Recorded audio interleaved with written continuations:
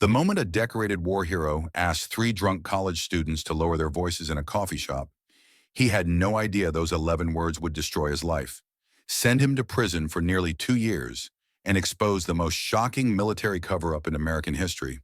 What happened next will make you question everything you thought you knew about justice, honor, and the price of being a black veteran in America. This is the incredible true story of Marcus Washington, a man who saved 47 lives in Afghanistan only to be betrayed by the country he bled to defend, and how a four-star general's desperate helicopter flight across the nation would finally reveal the truth that had been buried for 15 years. If you believe that heroes deserve better than lies, that military service should matter more than the color of your skin, and that truth can triumph over the most powerful forces of corruption, then you need to watch every second of this story. Hit that like button right now if you stand with our veterans, subscribe if you believe justice should be colorblind, and comment below with the name of a veteran who deserves our respect, because Marcus Washington's fight for vindication will restore your faith in the power of truth to overcome even the darkest injustice. The courtroom falls silent as the gavel strikes, and 68-year-old Marcus Washington, a decorated Army Ranger with 3 Purple Hearts, sits in handcuffs awaiting a sentence that could destroy the final chapter of an American hero's life. What the packed courtroom doesn't know is that in exactly 8 minutes, a Black Hawk helicopter will land on the steps of the Arizona State Capitol, carrying evidence so explosive it will expose one of the most shocking cover-ups in modern military history. But will the truth arrive in time to save a man whose only crime was asking 3 college students to show basic respect in a coffee shop? 3 weeks earlier, Marcus Washington began what should have been an ordinary Tuesday morning in Phoenix, Arizona, following the same routine he'd maintained for the past 2 years since his beloved wife Eleanor passed away from cancer. At exactly 6:30 a.m., this retired Phoenix Fire Department captain walked through the doors of Desert Rose Cafe on Central Avenue, his military bearing still evident despite the slight limp from shrapnel wounds earned during his 3rd tour in Afghanistan. The morning sun caught the gleam of his Purple Heart pin, a reminder of sacrifices most Americans would never understand. Marcus had earned his place in this quiet corner booth through decades of service to his community. 25 years fighting fires and saving lives in Phoenix, preceded by multiple combat deployments where he'd led Army Rangers through some of the most dangerous missions in Afghanistan and Iraq. His weathered hands, scarred from both battlefield wounds and burns from countless rescue operations, wrapped around his usual black coffee as he opened his copy of Military Times to an article about Medal of Honor recipients. The irony of what was about to unfold would become apparent only weeks later. The cafe's morning regulars knew Marcus as a gentleman who always said please and thank you, who helped elderly customers with their groceries, and who never spoke of his military service unless directly asked. At 68, he lived alone in a modest ranch house filled with photographs of fallen comrades and commendations gathering dust in drawers. His daughter Sarah, a registered nurse in Seattle, worried constantly about his isolation. But Marcus found solace in these quiet morning rituals and in the military history books that lined his home office walls. What made this particular morning different was the arrival of 3 young men whose sense of entitlement would clash violently with Marcus's old-school values of respect and common courtesy. Brad Mitchell, 21, son of Phoenix City Councilman Robert Mitchell, strutted into the cafe with the confidence of someone who'd never faced real consequences for his actions. His companions, Connor Hayes from Scottsdale's most exclusive neighborhood, and Alex Rodriguez, a scholarship student desperate to fit in with his wealthy classmates, followed his lead with the reckless abandon of youth convinced of its own invincibility. As Marcus turned the page of his newspaper, reading about a Vietnam veteran finally receiving recognition for heroism displayed 50 years earlier, he had no idea that his own forgotten acts of valor were about to become the key to his survival. Somewhere in a Pentagon filing cabinet, classified documents told the story of Operation Desert Shield, a mission where Staff Sergeant Marcus Washington had single-handedly held off a Taliban assault for 6 hours, saving 47 American lives while calling in airstrikes that turned the tide of a crucial battle. Those documents, buried by bureaucratic indifference and military politics, would soon become the evidence that exposed a conspiracy of lies and revealed the true character of a man about to be destroyed by the very system he'd sworn to protect. At 6:45 a.m., three words would destroy a war hero's life forever, but not the words you'd expect. The weapon that would bring down Marcus Washington wasn't a gun or a bomb, but something far more devastating in modern America. The phrase, "this old man just threatened us," spoken by a privileged college student who had never faced a day of real hardship in his pampered existence. Brad Mitchell burst through the cafe doors with the swagger of someone who believed the world owed him deference. His expensive designer clothes and perfectly styled hair announcing his status before he even opened his mouth. His voice carried across the quiet morning atmosphere as he complained loudly about his constitutional law professor's latest assignment on civil rights. His words dripping with the casual racism that wealthy families often disguise as intellectual discourse. Connor Hayes and Alex Rodriguez flanked him like eager disciples, their laughter echoing off the cafe walls as Brad launched into a profanity-laced tirade about old military guys living in the past and playing victim with their war stories. Marcus Washington, absorbed in reading about a Korean War veteran finally receiving his long-overdue Bronze Star, initially tried to ignore the disruption. His military training had taught him to pick his battles wisely, and at 68, he understood that some conflicts weren't worth engaging. But when Brad's voice rose to describe veterans as broken losers who can't handle civilian life, something in Marcus's chest tightened. These weren't just insults. They were attacks on every brother in arms who had paid the ultimate price for their country's freedom. The breaking point came when Brad noticed Marcus's disapproving glance and decided to make him the target of his entitled rage. "Look at this old soldier boy over there," Brad announced, pointing directly at Marcus with theatrical contempt. "Probably sitting there all morning nursing one cup of coffee because he's too cheap to buy food. That's what my dad says about these welfare veterans. They take up space in businesses where real customers want to eat." Marcus closed his newspaper with deliberate calm, the same controlled precision he'd used when preparing for combat missions in Afghanistan. When he stood, his full 6-foot frame and military bearing commanded immediate attention from everyone in the cafe. His voice, when he spoke, carried the quiet authority of a man who had led soldiers through hell and brought them home alive. "Gentlemen," he said, looking directly at Brad while keeping his hands visible and non-threatening, "I'm simply asking that you lower your voices so other customers can enjoy their breakfast in peace. That's all I'm requesting." The polite request landed like a slap across Brad's privileged face. In his 21 years of existence, no one had ever dared to correct his behavior, especially not someone he considered beneath his social status. His face flushed red with a mixture of embarrassment and rage as he realized every eye in the cafe was now focused on him. Rather than accept the reasonable request like a mature adult, Brad made a split-second decision that would haunt him for the rest of his life. "Did this old man just threaten us?" Brad shouted, his voice rising to a panicked pitch that would have been laughable if the consequences weren't so devastating. "This crazy veteran just threatened to hurt us. Someone call the police before he goes postal." Connor immediately pulled out his phone to start recording, while Alex, despite his obvious discomfort with the escalating situation, felt trapped by peer pressure into supporting his friend's lie. Within seconds, Brad was dialing 911, his voice taking on the frantic tone of someone in mortal danger. "Help! There's a dangerous veteran at Desert Rose Cafe who just threatened to kill us. He's big, he looks unstable, and I think he might have weapons. Please hurry." The 911 operator, trained to respond to genuine emergencies, dispatched 3 patrol cars immediately, their sirens already wailing in the distance as Marcus Washington realized he had walked into the kind of ambush that no military training could have prepared him for. Within 12 hours of his arrest, Marcus Washington discovered that the American justice system he had sworn to defend would become the very weapon used to destroy him, wielded by a prosecutor who saw his military service not as honor, but as political opportunity wrapped in a perfectly crafted campaign slogan. District Attorney Amanda Richardson had been trailing in the polls for Arizona Attorney General by 8 points when Marcus Washington's mugshot landed on her desk, and she recognized political gold when she saw it.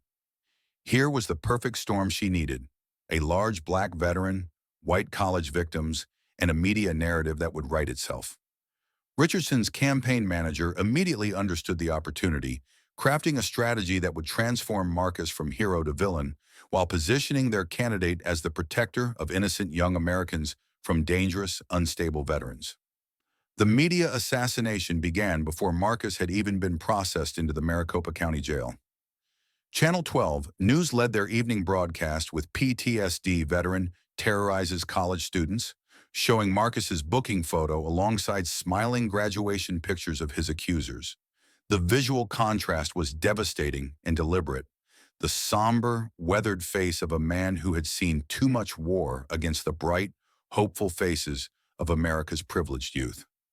By morning, every news outlet in Phoenix was running the same narrative, describing Marcus as a trained killer whose combat experience made his threats particularly credible and terrifying. What viewers never learned was that Marcus had spent 25 years as a firefighter saving lives, that he had never received so much as a parking ticket, or that he volunteered every Saturday at the Veterans Affairs Hospital reading to wounded soldiers. Instead, they heard from Dr. Patricia Hernandez, a psychiatrist who had never met Marcus but was eager to appear on television as an expert on veteran violence. Men like this carry invisible wounds that can explode without warning, she explained to nodding news anchors. His military training, combined with undiagnosed PTSD, creates a perfect storm of potential violence that threatens our entire community. The systematic destruction of Marcus's character accelerated when his court-appointed attorney, David Chen, was assigned to the case. Chen, a recent law school graduate drowning under a caseload of over 200 active cases, had exactly 37 minutes to review Marcus's file before their first meeting. The public defender's office, chronically underfunded and overwhelmed, simply couldn't provide the kind of aggressive representation that Marcus's case demanded. When Chen requested funds to hire expert witnesses who could testify about Marcus's exemplary military record, he was told the budget had been exhausted for the fiscal year. Meanwhile, Richardson's office spared no expense building their case against the decorated veteran. They hired Dr. Robert Sterling, a forensic psychiatrist who specialized in testifying about dangerous defendants, paying him $15,000 to evaluate Marcus and conclude that his military training made him inherently threatening to civilians. They brought in use of force experts who would explain to the jury how a trained soldier could kill with his bare hands, and they prepared dramatic presentations showing Marcus's combat medals as evidence of his capacity for violence rather than his service to country. The most heartbreaking betrayal came from Marcus's own community. The Phoenix Fire Department, where he had served with distinction for a quarter century, issued a statement distancing themselves from their former captain. His church, Cornerstone Baptist, where he had served as a deacon for 15 years, quietly asked him not to attend services until his legal troubles were resolved. Even his weekly poker game with fellow veterans disbanded when the other players decided association with Marcus might damage their own reputations.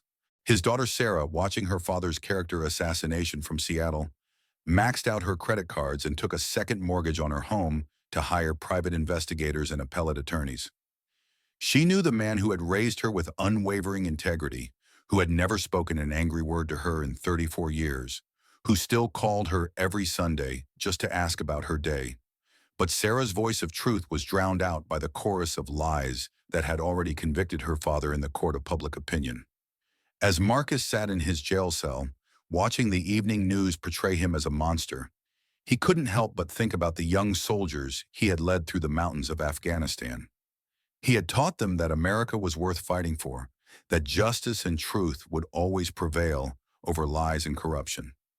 Now at 68 years old, he was learning that the country he had served with such dedication was perfectly willing to sacrifice his honor on the altar of political ambition and racial prejudice. But if you believe that military service should matter, that 30 years of saving lives should count for something, that the truth is more important than political convenience, then hit that like button right now.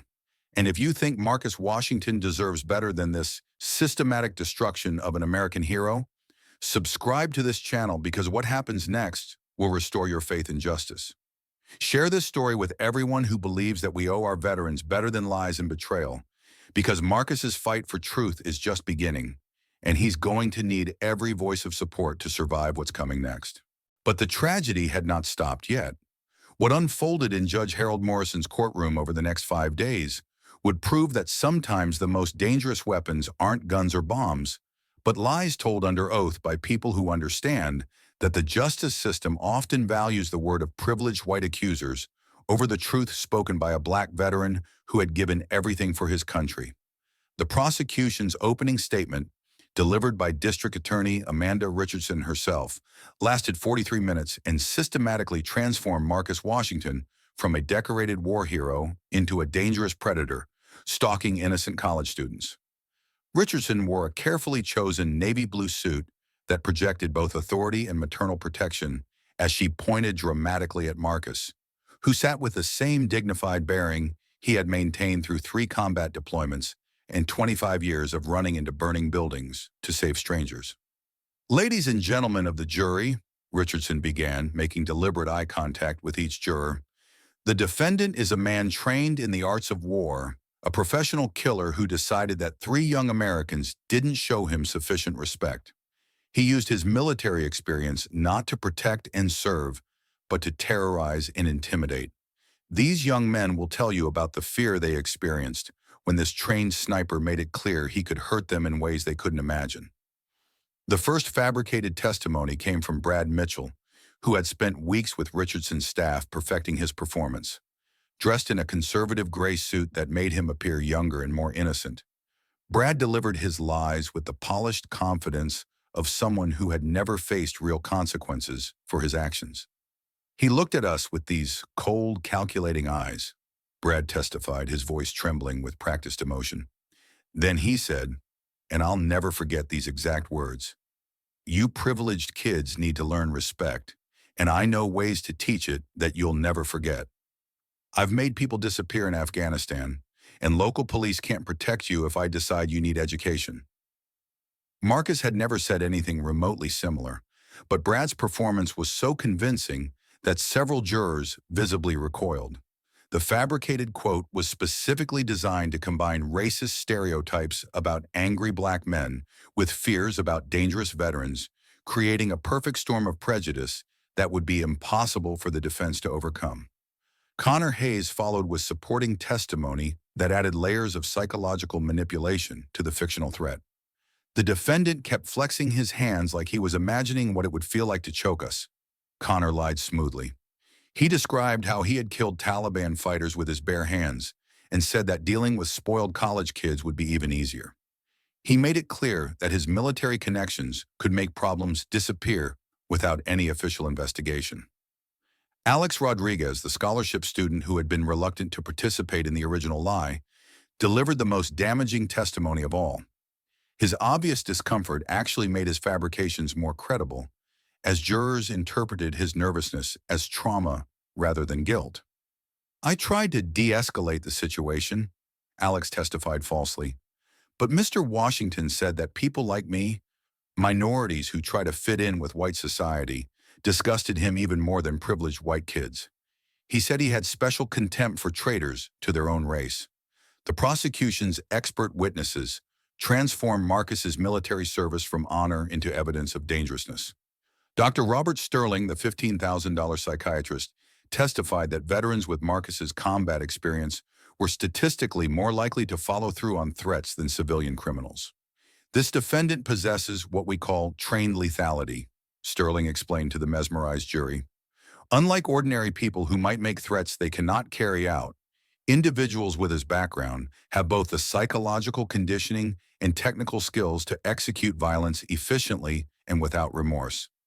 Defense attorney David Chen, overwhelmed and underprepared, could only watch helplessly as his client's reputation was systematically destroyed. When Chen tried to introduce evidence of Marcus's 25 years as a firefighter saving lives, Judge Morrison ruled it irrelevant to the charges. When Chen requested funds to hire military experts who could testify about Marcus's exemplary service record, the request was denied due to budget constraints. When Chen attempted to call character witnesses from the fire department, most declined to testify, fearing damage to their own careers. The most heartbreaking moment came when Marcus's daughter Sarah took the stand in her father's defense. Fighting back tears, She described the gentle man who had raised her alone after her mother's death, who had never raised his voice in anger, who still called every wounded veteran he had served with to check on their well-being. But Richardson's cross-examination was brutal, suggesting that Sarah's desperation to save her father from prison had clouded her judgment about his true character. After 3 days of fabricated testimony and character assassination, the jury deliberated for exactly 2 hours and 11 minutes before returning with their verdict. The speed of their decision shocked even seasoned court observers, who recognized that such quick deliberations almost always meant conviction. When the foreman announced guilty on all charges, Marcus maintained his military bearing and showed no emotion. But those who knew him could see the light dim in his eyes as he realized that 30 years of service to community and country meant nothing compared to the lives of 3 privileged young men who had never sacrificed anything for anyone. Right at that moment, as the prison transport van's doors slammed shut with a finality that echoed through Marcus Washington's soul, he had no way of knowing that his greatest battle was just beginning, and that 2,000 miles away in Washington, D.C., classified documents were about to surface that would expose the most shocking military cover-up in modern American history. The Arizona State Prison Complex in Florence was designed to break men's spirits, but Marcus Washington had survived 3 tours in Afghanistan and wasn't about to surrender his dignity to a system that had already stolen his freedom. His cellmate, Ramon Torres, a 34-year-old Army veteran serving 8 years for armed robbery, had been prepared to assert dominance over the old man assigned to his concrete box. But something about Marcus's bearing, the way he made his narrow bunk with military precision and maintained his morning routine of silent reflection, commanded immediate respect. "What they got you in here for, Sergeant?" Ramon asked, recognizing the unmistakable posture of a career soldier. When Marcus explained his situation, Ramon's expression shifted from skepticism to outrage. "Man, they railroaded you hard. But word travels fast in here, and every vet in this place knows your story. You got protection whether you want it or not." Within days, letters began arriving at an unprecedented rate. First dozens, then hundreds from veterans across America who had heard about Marcus's case through military networks and social media. The American Legion post in Tucson sent care packages. Veterans of Foreign Wars chapters from 12 states wrote expressing support and demanding justice. But the most powerful letter came from Colonel James Patterson, a retired Marine who had lost his leg in Iraq and now ran a veterans legal defense fund. "Brother," Patterson wrote, "what they did to you is an insult to every man and woman who ever wore the uniform. I'm taking your case pro bono, and I'm bringing resources they can't match. Don't let them break you. Justice is coming." Meanwhile, 2,000 miles away in Phoenix, investigative journalist Maria Santos of the Phoenix New-Times was conducting the kind of thorough investigation that should have happened before Marcus's trial. Santos had covered the original case and been troubled by inconsistencies that other reporters had ignored in their rush to sensationalize the story. Her digging revealed that Brad Mitchell had been arrested 3 times for underage drinking and once for assault, charges that had mysteriously disappeared through his father's political connections.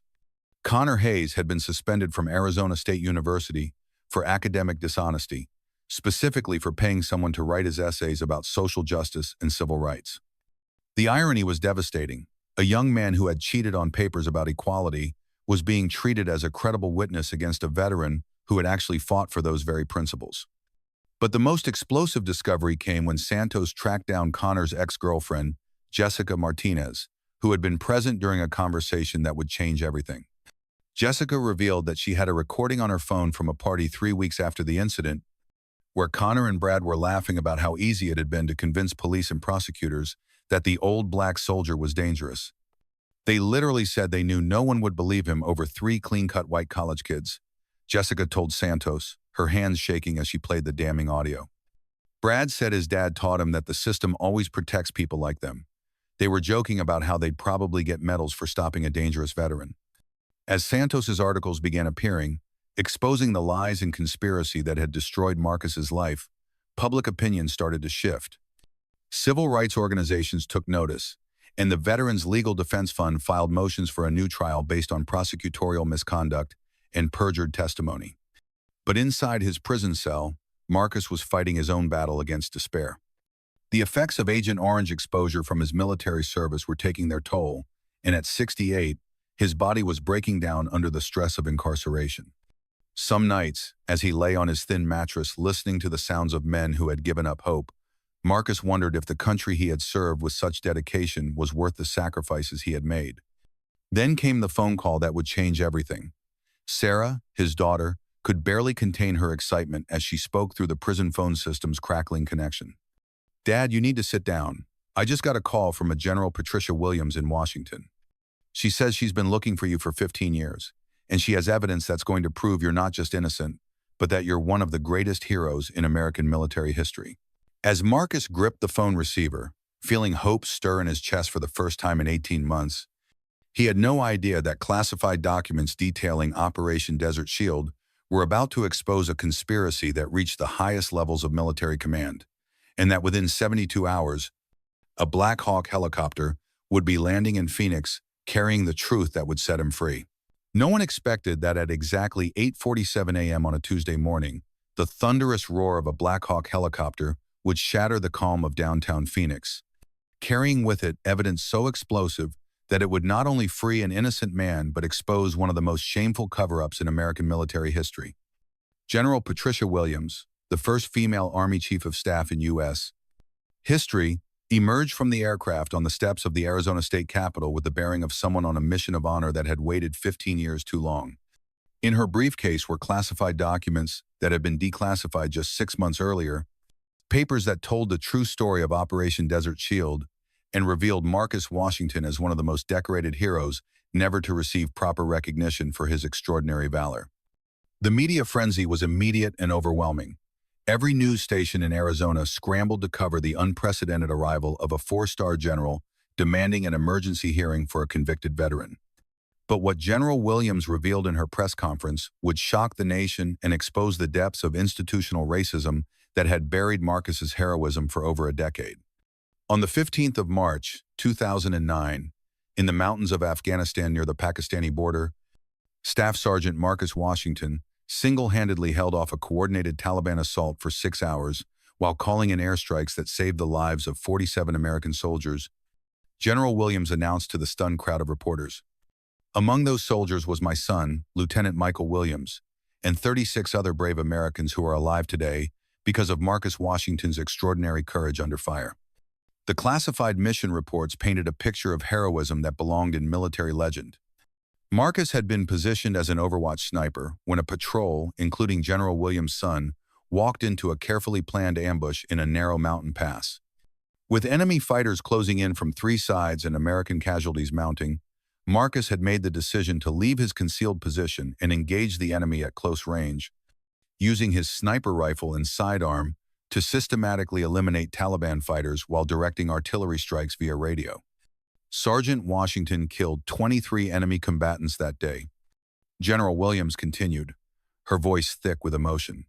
But more importantly, his actions allowed helicopter gunships to reach the trapped patrol and evacuate the wounded. The after-action reports recommended him for the Congressional Medal of Honor, but those recommendations were buried by senior officers who believed that recognizing a black soldier's heroism might complicate their own career advancement. The cover-up had been systematic and deliberate. Internal Pentagon memos, now declassified, revealed that Marcus's commanding officer, Colonel Richard Hayes, had filed the Medal of Honor recommendation as required. But when the paperwork reached the Pentagon, it was quietly shelved by officials who worried that highlighting a black soldier's heroism might overshadow white officers seeking promotion. One particularly damning memo, written by a Pentagon official whose name had been redacted, stated that excessive recognition of minority heroics could create unrealistic expectations among colored troops and complicate command structure dynamics. But the most dramatic moment came when General Williams played a recorded confession that would destroy the lies that had imprisoned Marcus. Under pressure from FBI investigators who had been alerted by Maria Santos's articles, Alex Rodriguez had finally broken down and admitted the truth. His recorded statement, played through the Capitol's sound system, sent shockwaves through the assembled crowd. "We made it all up." Alex's voice crackled through the speakers, his confession punctuated by sobs of guilt and shame. "Mr. Washington never threatened us. He politely asked us to be quieter, and we got angry because we were drunk and thought he was being disrespectful." Brad said no one would believe an old black veteran over 3 clean-cut college kids, and he was right. We destroyed an innocent man's life because we were spoiled brats who couldn't handle being told we were wrong. Within hours, emergency motions were being filed in both state and federal courts demanding Marcus's immediate release. The weight of public opinion, political pressure, and undeniable evidence was finally breaking down the wall of lies that had imprisoned an innocent hero for 22 months. Governor Jennifer Martinez, facing intense pressure from Washington and her own constituents, called personally for Marcus's immediate release and full exoneration. By evening, crowds had gathered outside the Arizona State Prison complex, demanding justice for the man who had saved 47 American lives, only to be betrayed by the country he had served with such distinction. Veterans groups organized convoys that stretched for miles along Interstate 10, their riders wearing patches that read, "Free Marcus Washington," and "Honor Our Heroes." Inside the prison, Marcus learned about the day's revelations from news reports on the common room television. For the first time in nearly 2 years, he allowed himself to believe that the truth might actually matter more than lies, and that the honor he had carried through 3 wars and 25 years of public service might finally be recognized by a nation that owed him everything and had given him nothing but heartbreak and betrayal.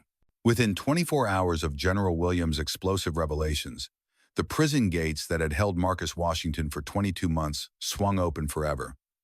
But what emerged was not just a vindicated man, but a symbol of hope that would transform American justice and inspire a generation to fight for truth over lies. The scene outside Arizona State Prison Complex defied description. Over 5,000 supporters had gathered in the desert heat, including a convoy of 800 motorcycles ridden by veterans from across the Southwest. The crowd erupted in cheers as Marcus walked through those gates, his daughter Sarah reaching him first in an embrace that captured the hearts of millions watching the live broadcast. But it was General Patricia Williams who provided the moment that would be remembered forever, rendering a crisp military salute to the man who had saved her son's life 15 years earlier.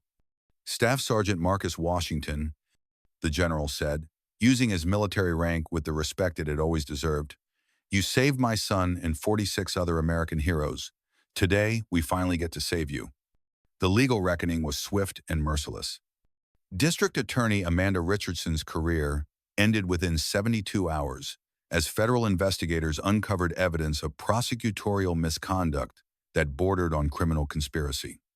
The 3 young men who had destroyed Marcus's life with their lies faced federal charges for perjury and civil rights violations.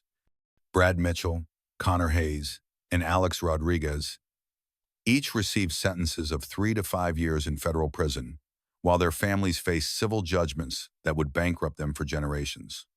But the most powerful moment of vindication came 6 months later in the Rose Garden of the White House, where President Sarah Johnson presented Marcus Washington with the Congressional Medal of Honor that should have been his 15 years earlier.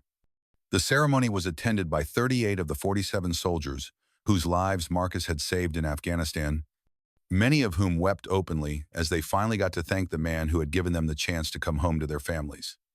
"Marcus Washington represents everything noble about American service," President Johnson said as she placed the blue ribbon around his neck. "His heroism in combat saved dozens of lives, and his dignity in the face of injustice has reminded us all that truth will always triumph over lies, and that honor cannot be destroyed by those who lack it themselves." The Marcus Washington Justice Project, funded by his $12.8 million settlement from Arizona, became the most successful wrongful conviction advocacy organization in American history. Within 2 years, the foundation had helped exonerate 43 other veterans who had been wrongfully convicted by a justice system that saw their military service as evidence of dangerousness rather than honor. The systemic changes triggered by Marcus's case were unprecedented. The Marcus Washington Act, passed by Congress with bipartisan support, mandated special protections for veterans in the criminal justice system and created federal oversight of local prosecutors with patterns of discriminatory charging. Police departments nationwide implemented mandatory training on veteran issues and unconscious bias, while law schools began requiring courses on the intersection of military service and civilian justice. Perhaps the most meaningful transformation occurred in Marcus's own community. The Phoenix Fire Department not only welcomed him back, but named him honorary chief for life, while Desert Rose Cafe installed a permanent memorial recognizing his service and sacrifice. His weekly poker game with fellow veterans resumed, but now included young veterans from Iraq and Afghanistan who saw Marcus as proof that their own service mattered, regardless of how society might try to diminish it. But the true measure of Marcus Washington's legacy could be found every morning at Desert Rose Cafe, where he returned to his old routine of coffee and military history books. The same booth where his ordeal began now bore a small bronze plaque reading, "Reserved for Medal of Honor, recipient Marcus Washington, American Hero." Young people regularly approached his table, asking for advice about military service or simply expressing gratitude for his sacrifice. "Mr. Washington," a teenage girl said one morning, her voice filled with admiration, "you showed us that even when the whole system is against you, truth can still win if you don't give up." Marcus smiled, remembering the young soldiers he had led through the mountains of Afghanistan and the promise he had made to bring them all home safely. "Truth always wins eventually," he replied, his voice carrying the wisdom of a man who had seen the worst of humanity and still believed in its capacity for redemption. "Sometimes it just takes longer than we'd like, but it always wins in the end." As the sun rose over Phoenix, casting long shadows across the cafe where justice had finally prevailed, Marcus Washington continued his quiet mission of inspiring others to never surrender their dignity, never abandon their principles, and never stop fighting for truth in a world that desperately needs heroes willing to stand up for what's right. Marcus Washington's journey from decorated war hero to wrongfully convicted prisoner to Medal of Honor recipient reveals a profound truth about America that we can no longer ignore. Our justice system doesn't just punish the guilty, it often destroys the innocent whose only crime is existing while black in a country that claims to value their service. As someone who has spent years investigating cases of systemic injustice, I've seen how easily lies can become truth when they confirm society's deepest prejudices, and how difficult it becomes to restore honor once it's been systematically destroyed. But Marcus's story also proves something even more powerful, that individual dignity can survive the most coordinated attempts at destruction, that truth has a way of surfacing even when buried under decades of institutional racism, and that real heroes are defined not by their inability to be knocked down, but by their refusal to stay down. His transformation from victim to victor didn't just save his own life. It created a foundation that has freed 43 other wrongfully convicted veterans and changed federal law to protect future service members from similar injustices. The most important lesson from Marcus Washington's ordeal isn't just about criminal justice reform or military honor. It's about the responsibility we all share as citizens to demand accountability from our institutions and protection for those who sacrificed everything to defend our freedoms. When we allow lies to triumph over truth, when we permit prejudice to masquerade as justice, when we abandon our heroes in their darkest hour, we don't just fail them, we fail the very principles they fought to preserve. Every veteran watching this knows that Marcus's story could have been their own, because the same system that saw his Purple Hearts as evidence of dangerousness rather than honor continues to operate in courtrooms across America. Every parent knows the terror of watching their child's character assassinated by people who mistake privilege for credibility. Every person who has ever stood up for what's right knows the isolation of being abandoned by those who should have stood beside them. But today, Marcus Washington sits in that same booth at Desert Rose Cafe where his nightmare began, wearing the Congressional Medal of Honor that was rightfully his 15 years ago, inspiring young veterans to never surrender their dignity and proving that justice delayed is not always justice denied. His foundation continues the fight for wrongfully convicted veterans. His story has changed federal law, and his legacy reminds us that truth, no matter how long buried, will eventually surface to vindicate those who refuse to abandon their principles. If Marcus Washington's incredible journey from injustice to vindication moved you, if his refusal to be broken by lies and betrayal inspired you, if his transformation from forgotten hero to national symbol gives you hope for justice in America, then show your support by hitting that like button right now. Share this story with everyone who believes our veterans deserve better than abandonment and betrayal. And subscribe to this channel because we're committed to bringing you more untold stories of American heroes who refuse to let the system break their spirit, stories that prove courage comes in many forms, and that truth will always find a way to triumph over lies. Your subscription helps us continue investigating cases of injustice and sharing stories that mainstream media ignores, because every wrongfully convicted veteran, every forgotten hero, every person destroyed by systemic prejudice deserves to have their truth told.